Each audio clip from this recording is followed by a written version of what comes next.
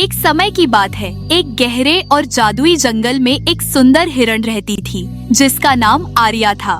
आर्या को अपनी धरती, अपने जंगल से गहरा प्रेम था जिसे वह मार्स कहती थी। वह हरे भरे घास के मैदानों में मस्ती से दौड़ती, निर्मल जलधाराओं से पानी पीती और ऊंचे पेड़ों के नीचे आराम करती।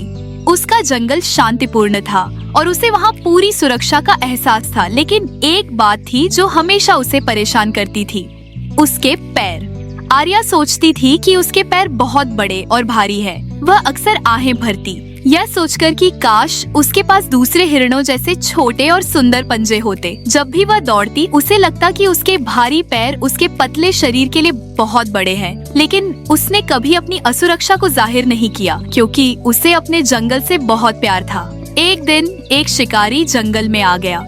वह कई दिनों से आर्या का पीछा कर रहा था और अब उसने उसे आखिरकार ढूंढ लिया।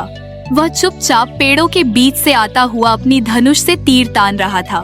जैसे ही शिकारी ने तीर चलाने की तैयारी की, आर्या को कुछ गलत महसूस हुआ। उसकी अंतरात्मा ने उसे चेतावनी दी और उसने पूरी ताकत से दौड़ लगाई, जितना तेज वह कभी नहीं दौड़ी थी।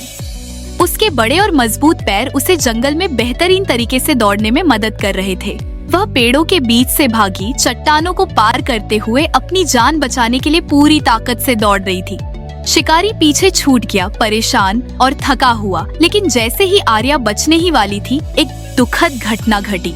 उसका पैर एक मोटे बेल के झाड़ में फंस गया और वह कुछ पल के लिए फंस गई। शिकारी ने इसे अपने मौके के रूप में देखा।